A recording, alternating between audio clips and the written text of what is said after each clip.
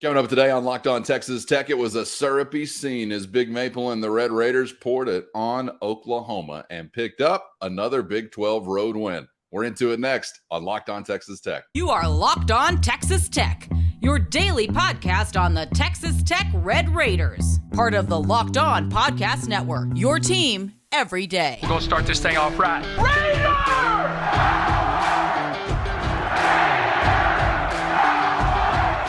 Everything runs through Lubbock. Great to see you again on Locked On Texas Tech on the Locked On Podcast Network. Thanks for making us your first listen once again on YouTube or anywhere you get podcasts. He's the only Chris Level. I'm Casey Cowan, and today's episode brought to you by FanDuel Sportsbook, the official sportsbook of Locked On. Make every moment more by visiting FanDuel.com/LockedOn today to get started.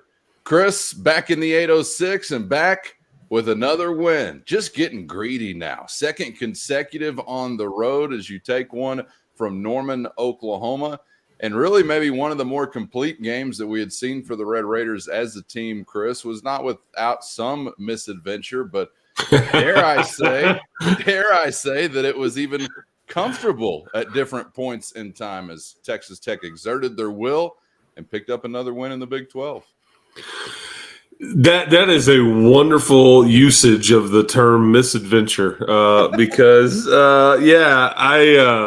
this was the second half was fun to watch, easy on the eyes. I thought, especially at the tail end as you kind of pulled away, and it was back and forth. The first half of this game, last night was just bizarre in that.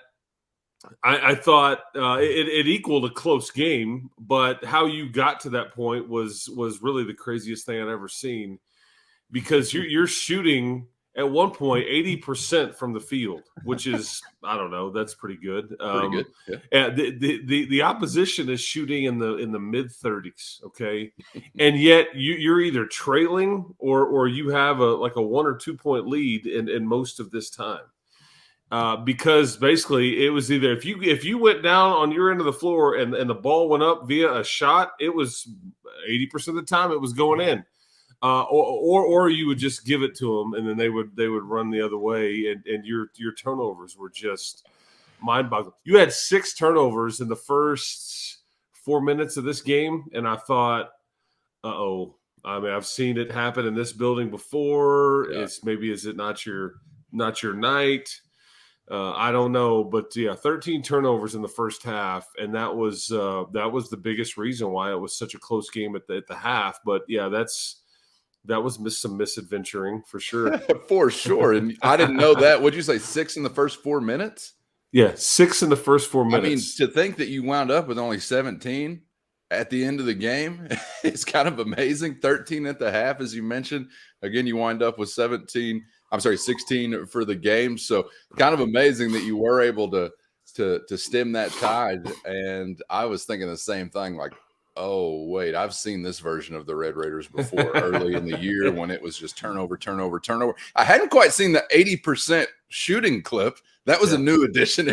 What did I say earlier in the year? Hey, if you're going to turn it over 25 times a game, just make sure that the other team is turning it over 30 times a game, I guess. You just really need to up it. If you're going to turn it over 25, shoot 85% for the game. That's the only combatant to it. So Texas Tech really had quite a different final 20 minutes, Chris, as you did clean it up in the turnover column, and you really just got some nice efforts offensively, specifically from Jalen Tyson, who kept it rolling with 13 in the second half.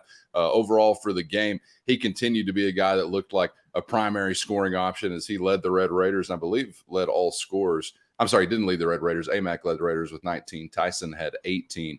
But it really just looked like, once again, man, Tyson in a zone, I guess is what I would call it here. The bucket maybe kind of looking big for him.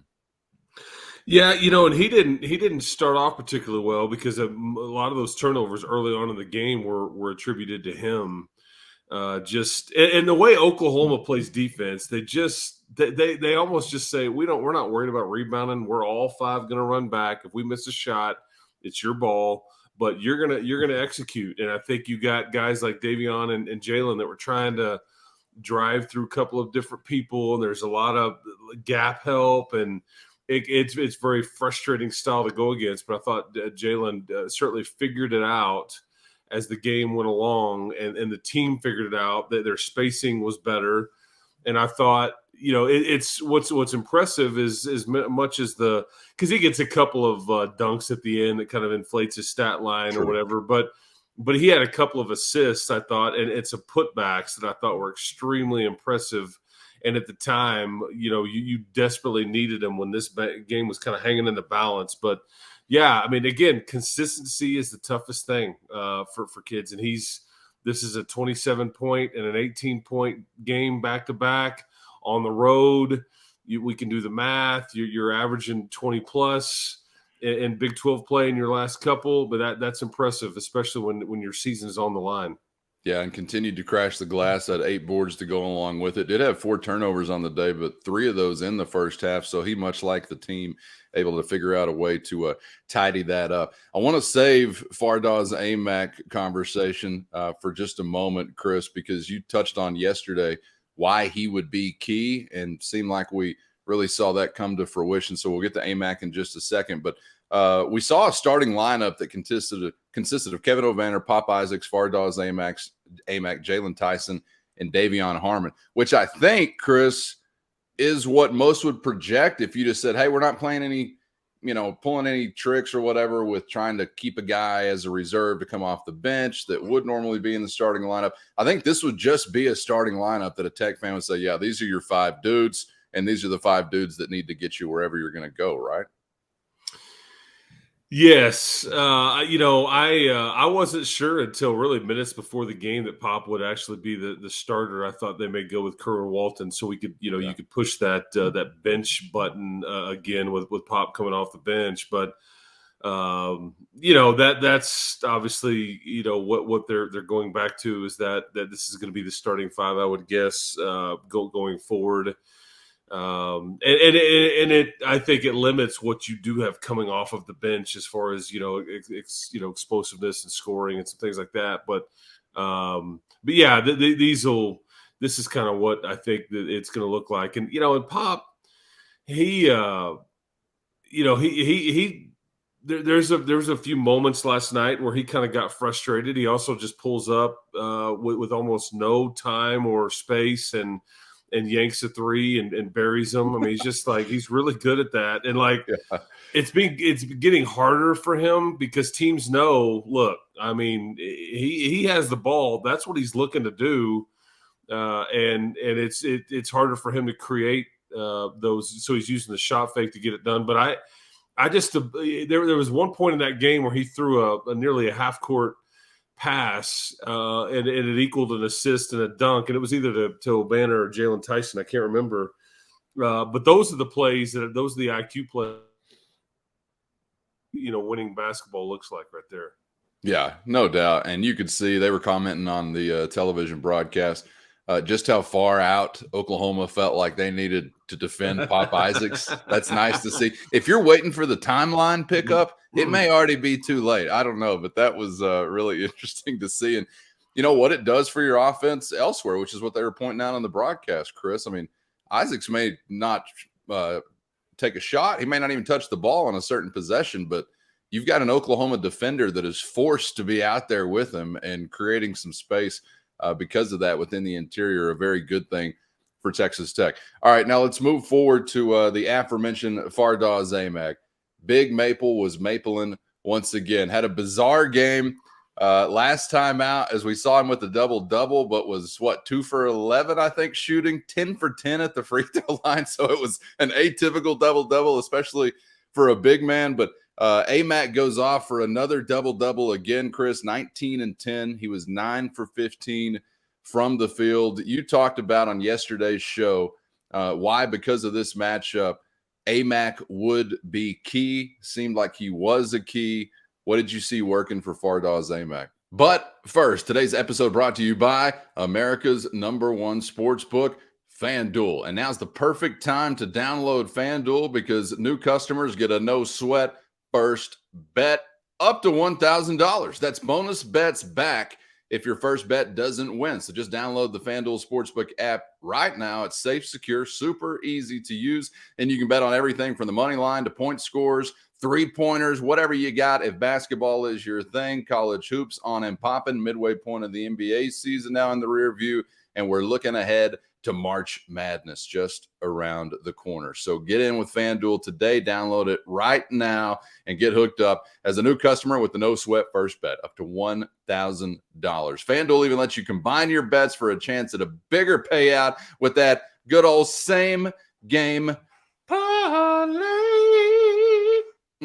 So don't miss the chance to get your no sweat first bet up to $1,000 and bonus bets when you go to FanDuel.com/Locked On. That's FanDuel.com/Locked On to learn more and make every moment more with FanDuel, an official sports betting partner of the NBA. You talked about on yesterday's show why, because of this matchup, Aimaq would be key. Seemed like he was a key. What did you see working for Fardaws Aimaq? Big Maple was pouring syrup all over the Lloyd Noble Center. Mix it up, baby. I mean, and here's the thing. His stat line is bizarre in that it's kind of opposite from Saturday, although it still equals, a double-double and a huge part of the game. But, in this one, he's 9 of 15 from the floor, and he's 0 for 1 from the free throw line. He missed the front end of a 1-and-1. Right. But I just, my comment to you, and I thought we watched it play out a bit in that. My comment was that Oklahoma, I was talking to you about the rebounding aspect. Literally, when Oklahoma would shoot the ball, they're going to live and die by whether it goes in or not. They're not going to try to crash the glass and all that. They get all 5 guys back. And so when you bring the ball up the floor, you're staring at 5 Oklahoma jerseys looking right back at you. Their defense is set. You're going to have to run your stuff, okay? And I think Fardaws, in that kind of setting, that's where he can really excel. You worry about him when it gets really fast and in a track meet, and he's got to keep up with the pace and all those things. But that's not what this was. West Virginia wasn't either, which is why he excelled.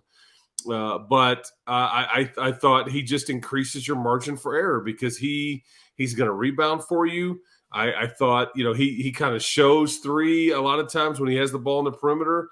And then he banged one in last night. And that was what I was maybe one of the biggest shots in the game whenever he drained that one in the second half. But his off of the pick and roll in the half court scenarios, when you're playing a 2-man game off to one side of the floor or the other, now there was a couple of opportunities there where he ends up hanging from the rim just because he's just really difficult to guard. He's a large human.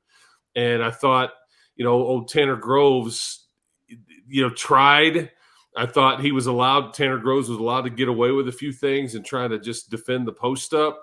But that's a lot to ask, kind of an undersized post player in Tanner Groves to try to match up one-on-one in a half-court setting. But as we've seen, it's kind of an old man game. It's like the YMCA, kind of like post moves and everything.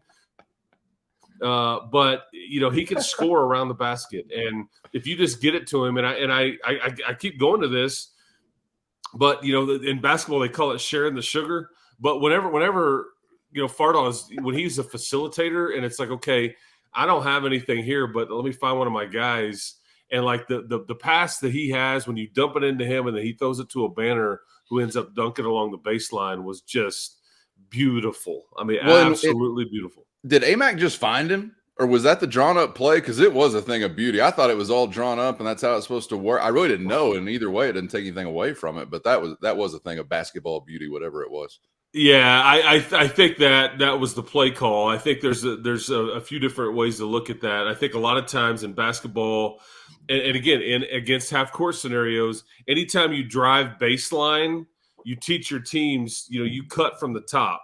So if you get cut off from the baseline, you got somebody diving down and dump it to them. Well, in this case, when you dump it to the high post, you want to make sure you've got somebody in the corner that either is spotted up or is cutting down the lane. And I think, he took that drop step and then just found Kevin O'Banner. So it was kind of up to O'Banner to make the right read. if his defender is hugging up on him, then go cut to the basket, which is what he did. And that was kind of exclamation point right there. That's where, it was a beautiful thing to watch. Big time possession right there. Man, a sight for sore eyes to see the offensive night that you really had. I know it wasn't just perfect or spectacularly pretty in the first half as far as the turnovers that were factored in. But, Chris, you finish a game making 5 of your last 5. You shot 62% for the night from the field, 58% from beyond the arc. I don't know who these guys are, but they're wearing Tech jerseys now. And I'm glad to have them in red and black. I mean, it really, I keep thinking about the conversation we had last week where it's like, all right, well, how do you predict what this team can or can't do when you don't even know this team? Because it's a new group, essentially, at least in the ways that they're being used together.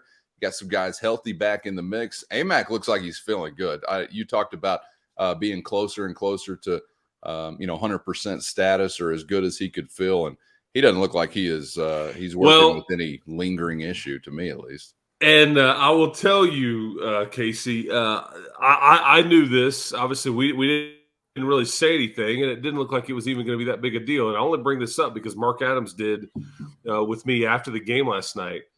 So you play this game on a Tuesday night at 8:00 in Norman, and I would tell you that the practice on Monday morning in Lubbock for Texas Tech before they would get on the plane, there was a collision between, according to Mark Adams, Robert Jennings and Fardaws.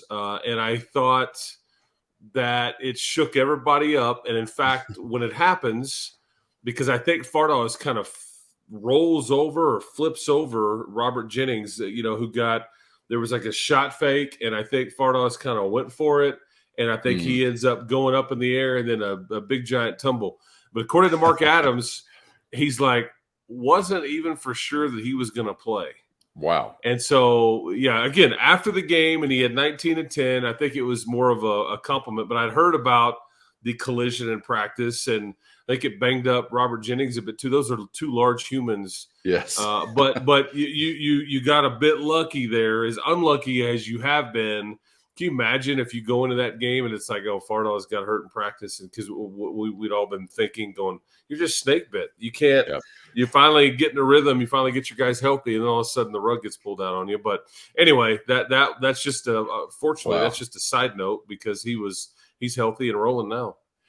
And you've got not a long rest, but you got a few days here in between your game with Oklahoma and Texas Christian coming to your house. So hopefully you can use that to your advantage. Before we move on to some other odds and ends, I want to talk about some of the reserves and a couple more things from the ball game before we leave you. Before we leave Aimaq, Chris, I'm curious within the spectrum of Texas Tech big men in recent history. You go back a decade, whatever term you want to go through. We've had some really good ones, some really unique ones. We've had guys, come through that do things others just simply can't because of their physicality. If you're talking about like a Zach Smith or a Tariq Owens, obviously. I don't remember the last time, though, you had a big man with this type of ability to find his teammates. And I don't want to call him a distributor by any means, but you know what I'm saying? I've been making a joke about it being the new West Texas Arvydas Sabonis, just killing them from the top of the key. Can you take me back to a big man that you felt like had that kind of skill set? Because I'm having a hard time, I guess, just coming up with one here in some recent history. Can you take me back to a big man that you felt like had that kind of skill set? Because I'm having a hard time, I guess, just coming up with one here in some recent history. Yeah, in the last 2 years, and I don't remember how well Bryson, like from an assist standpoint, I thought, and he was, because so many of your bigs are playing the 5 spot that aren't like your, I don't know, traditional back to the basket post up center, and in some ways, Fardaws isn't necessarily that either, although he's the closest thing to it that we've seen. But you go back Tony Battie and Andy Ellis and some of the 6'11", but that's kind of Fardaws. The package just looks different because he slants more towards the back to the basket post player. But I think the right word to use is very skilled because he can handle it, he can shoot it. I don't think you want him majoring and stretching out like Bryson would, where he, and just shooting multiple threes in games. I don't know if that, but I mean, he'll keep you honest.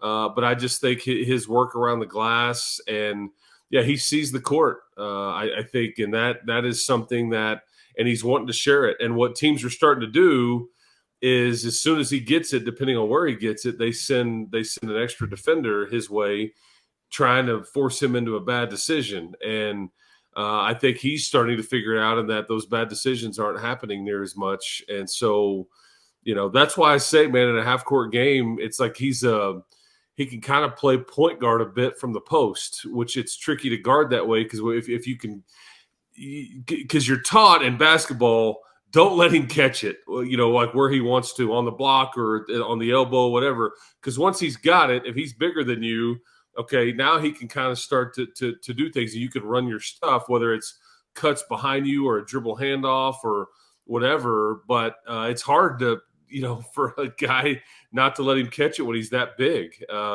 And he's going against, Jimmy Bell Jr. for West Virginia is an enormous individual, and Fardaws is the same size. And Oklahoma just simply doesn't have anything that can compare from a size standpoint. Tanner Groves is as close as you're going to get. And Eddie Lampkin, big old Eddie Lampkin for TCU will be a fascinating matchup because he's got a lot of juice and he's got a personality going with him. So Fardaws, I felt pretty good when Tanner Groves tries to shake Fardaws Aimaq's hand at the jump ball, and Fardaws just wasn't really interested in it. He just kind of kept he was locked in, like I'm showing no emotion here. And Tanner Groves seems like a really good kid, kind of the lumberjack kid that transferred from Eastern. He's just trying to, but he's like, I can see Tanner Groves going, okay, all right, I guess that's how it's going to be tonight, and that's how it was, 19-10. But I just. That's a good word, skilled, man. That's a good word. Yeah, but this is the player to me. Some of the other pieces have kind of started to play better and all that. To me, though, this is the ingredient that got dropped in your lap that has changed your outlook and your dynamic completely. And I keep being told that. We know it. We've talked about it, but I keep being told that when you walk into the other building or you talk to the folks from the other program going, that haven't seen him because he's only played that was his 7th game, I think you mentioned. So, and 2 of those were against Kansas State. 2 of those are against Texas. So he hasn't seen a lot of the league. So this is his first go round. So I just think a lot of people are going, oh goodness, this guy's he's a problem. And I don't disagree. And I thought, if I'm not mistaken in confusing this with the West Virginia game, I thought he kissed another one off the glass last night in Norman. I think just for you. Ever since you talked about that chest pass that he knocked down into a shot, he just, hey, I'll keep touching that. The dude is skilled, and the touch is amazing. Free throw line, keep him honest at the three-point line, like you mentioned, and his ability to find some teammates moving without the ball. It's fun enough to watch it make Bob Knight giggle, a man that's probably never giggled in his life. Chris, before we get out of here, let's get to some of what was going on beyond the starting lineup, because it can be a very short conversation. There wasn't a whole lot going on beyond the starting lineup. Lamar Washington, Elijah Fisher, the only guys off the bench that scored. Fisher had 4, Washington had 3. And while I mentioned Fisher, the bench conversation is not very rosy from Norman, Oklahoma, Chris, but Fisher's minutes to me have been impactful. I feel like when he's been on the floor, he's noticeable, and he was that way again. I thought in Norman, 4 points only, but 4 rebounds. He knocked down a couple of free throws. I just feel like he's starting to fit in much more than he did earlier in the year when he kind of looked like one of those, baby giraffes learning how to walk or whatever. I don't know what's clicking for Fisher, and I'm not saying he's blowing you away or anything, but here recently, I've liked the minutes you've gotten from him, I think. I think you nailed it, man. I think when he's on the floor more often than not, I think his minutes are positive ones. I think 4 points, 4 boards last night. He even misses kind of a close layup last night. Could have actually had 6 points. But he just and I think he got to the basket one time and knifed through some OU defenders. And I'm thinking, okay, because that's where he usually gets himself in trouble, trying to do a bit too much on the offensive end. But no, I think he's a plus on the defensive end as well. But I mean, to me, I think he's earned the right to play more than guys, and they're been a bit of a different position. But to me, he's earned the right to play more than some of the older guys on this team, like your North Carolina transfer and your Gardner Webb transfer and DeMarion Williams and Kerwin Walton. So I just think and again, he's being asked to play maybe some more 4 or 5 spot than he is some of those wing spots or guard spots. So, I mean, that's not necessarily fair, but I think you get what I'm saying, and that you're just looking for pieces off the bench that are productive. And I think, if he can continue to do that in limited minutes and have that much of a positive impact on the game, man, and give him some more. And he's just a pup. That's the thing. I mean, and I will tell you this. I think he's been frustrated by not getting to play as much. I think, and Mark last night, I mean, he continues to play all 11 guys that are available, because Bacho is the only other one, and then Kyron Lindsey is obviously ineligible as he sits out via the transfer. But I just, you could just tell sometimes the merry-go-round with the minute, and all that, that's just part of it, trying to keep all these mouths fed, trying to keep your team winning, trying to keep, all that. But it's Elijah Fisher, man. It's all in front of him. And really kudos to Washington and Fisher, because not a lot of points contributed, but big points. I think, let's see, they're 5 for 6 combined from the free throw line from those 2 bench guys. So obviously you needed all of that to walk away with an 11-point win for Texas Tech. Chris, as we obviously roll through the week, we'll begin to look ahead this weekend to Texas Christian coming to your house. Should be a wild, woolly, and Western affair from United Supermarkets Arena. Little day game action coming up on Saturday. And I'm really just wondering if you're noticing, like with Tech, is it starting to become a little bit different? I don't want to say personality or identity, but there's got to be a different vibe, because you've gone through this out of your cocoon into a butterfly stage. You pull off a crazy win. You're like, wow, we could be good sometimes. And then you pull off another one and you're like, wait, are we going to get people to actually notice us from a tournament perspective? You do it again on the road. Okay, they are noticing us. Then you do it again on the road. And that has to kind of change, I guess, the vibe or whatever way you want to describe it, Chris, because it's not like, hey, let's just do something people don't expect and we'll just see if we can make some noise. Well, the noise has been made, and now there is an expectation of some kind. I hate to even say like there's some pressure, because, you're barely above 500 as a team. We all know what this season has been. But speaking just personally as a Tech fan, I've got an expectation now that you're going to come back home and be expected to get a win against Texas Christian. And that's got to kind of change the context of the locker room, or maybe the way the guys are feeling from day to day.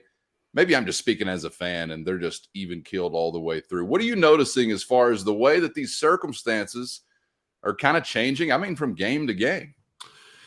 Yeah, I think you make a great point in that. I think what you're seeing now is some confidence. Okay, I think they're now not doing the whole okay, here we go again thing. It's like your chest is puffed out a bit. You start to feel good about yourself. Shots are falling. You're playing better. Winning is fun, especially when you start to do it in a row.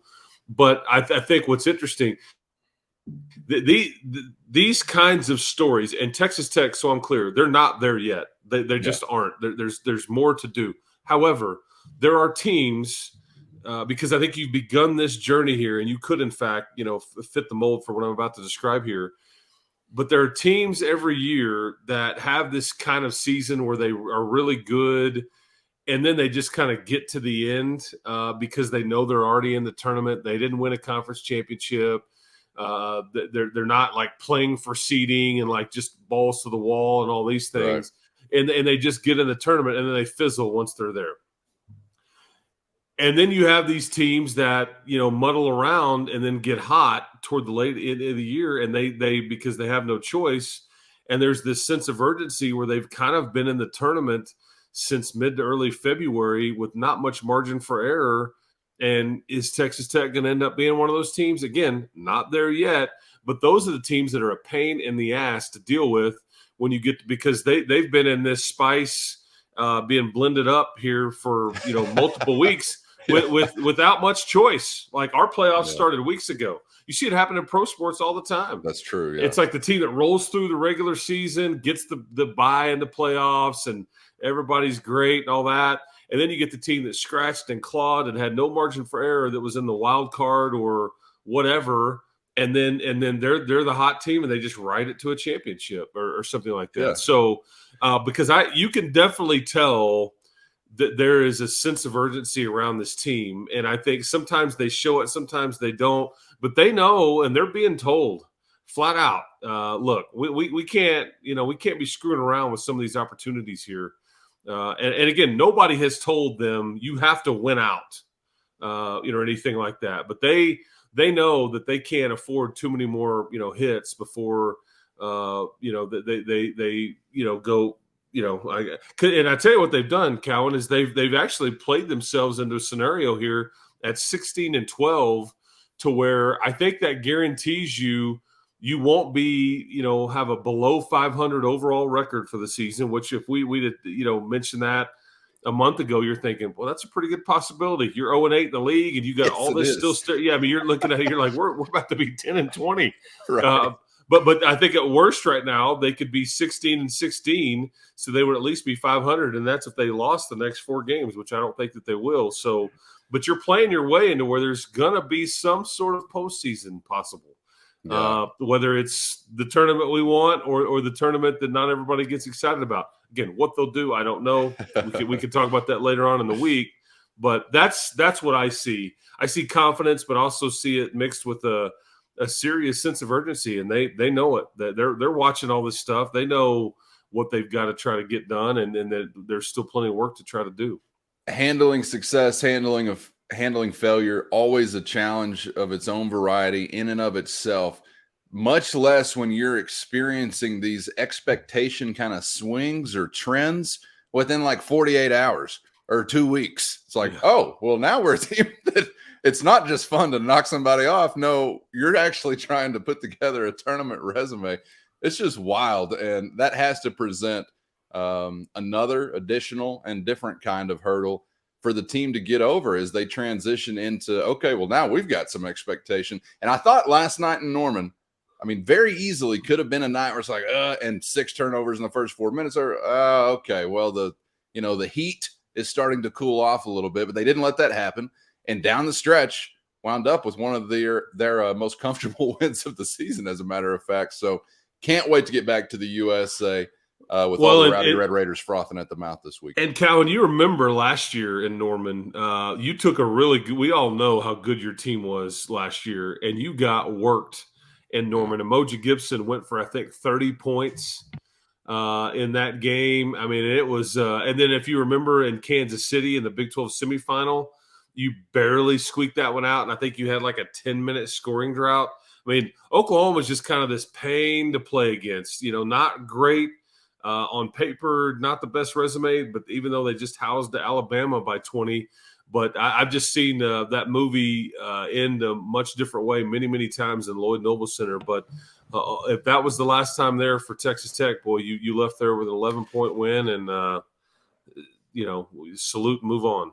And just a 20-point loss on the basketball floor these days doesn't sound too bad to an Alabama basketball fan. So best of luck in Tuscaloosa sorting that out. Yeah. Chris, thanks for the time today, my man. Can't wait to get back to the LBK and United Supermarkets Arena being the scene as the Red Raiders took care of business on the road. So got a chance to have a party coming up this weekend now with the Horned Frogs. We got plenty more this week on that matchup coming up. Be back with you again on the other side, Chris. Thanks for the time again. Hope alive and well, baby. Alive and well. Yes, sir. Yes, sir. All right, we'll talk to you later this week. Yes, sir. Thanks for joining us today on Locked On Texas Tech, making us your first listen on the Locked On Podcast Network. Hope you make Locked On College Basketball your second listen at your one-stop college hoops shop on YouTube or anywhere you get podcasts. We'll be back tomorrow to do it all over again. See you then. For Chris, I'm Casey. It's Locked On Texas Tech.